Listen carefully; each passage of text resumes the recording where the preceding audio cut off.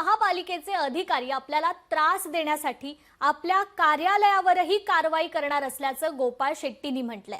आपल्या कार्यालयाबाबतचा 1962 सालचा पुरावा आपल्याकडे मागितला जातोय, मात्र आपल्याकडे तो पुरावा नसल्याने पालिका कार्यालयावर तोडक कारवाई करणार आहे। त्यामुळे मी स्वतःच कार्यालय तोडणार आहे, मात्र लोकांची सेवा अविरतपणे सुरू राहील असंही गोपाळ शेट्टी म्हणाले। मी माझा ऑफिस स्वतः हाताने उद्या 2-4 दिवसात तोडणार आहे, कारण हे लोक माझ्यावरती प्रेशर आणण्यासाठी माझ्याकडे 1962चा पुरावा मागणार, माझ्याकडे नाही आहे। म्हणून माझी लढाई दाबण्यासाठी जर हे लोक प्रयत्न करत असतील तर मी त्यांना तो चान्स देणार नाही, संधी देणार नाही।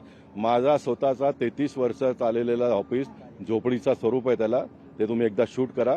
गोपाळ शेट्टींनी कुठल्या अवस्थेत 33 वर्ष जनप्रतिनिधी म्हणून काम करत असताना माझ्याकडे माझ्या मुलाच्या नावावर, माझ्या नावावर आज 200 फूटचा ऑफिस सुद्धा नाही आहे कुठे। मी ही लढाई जोरात लढणार आहे।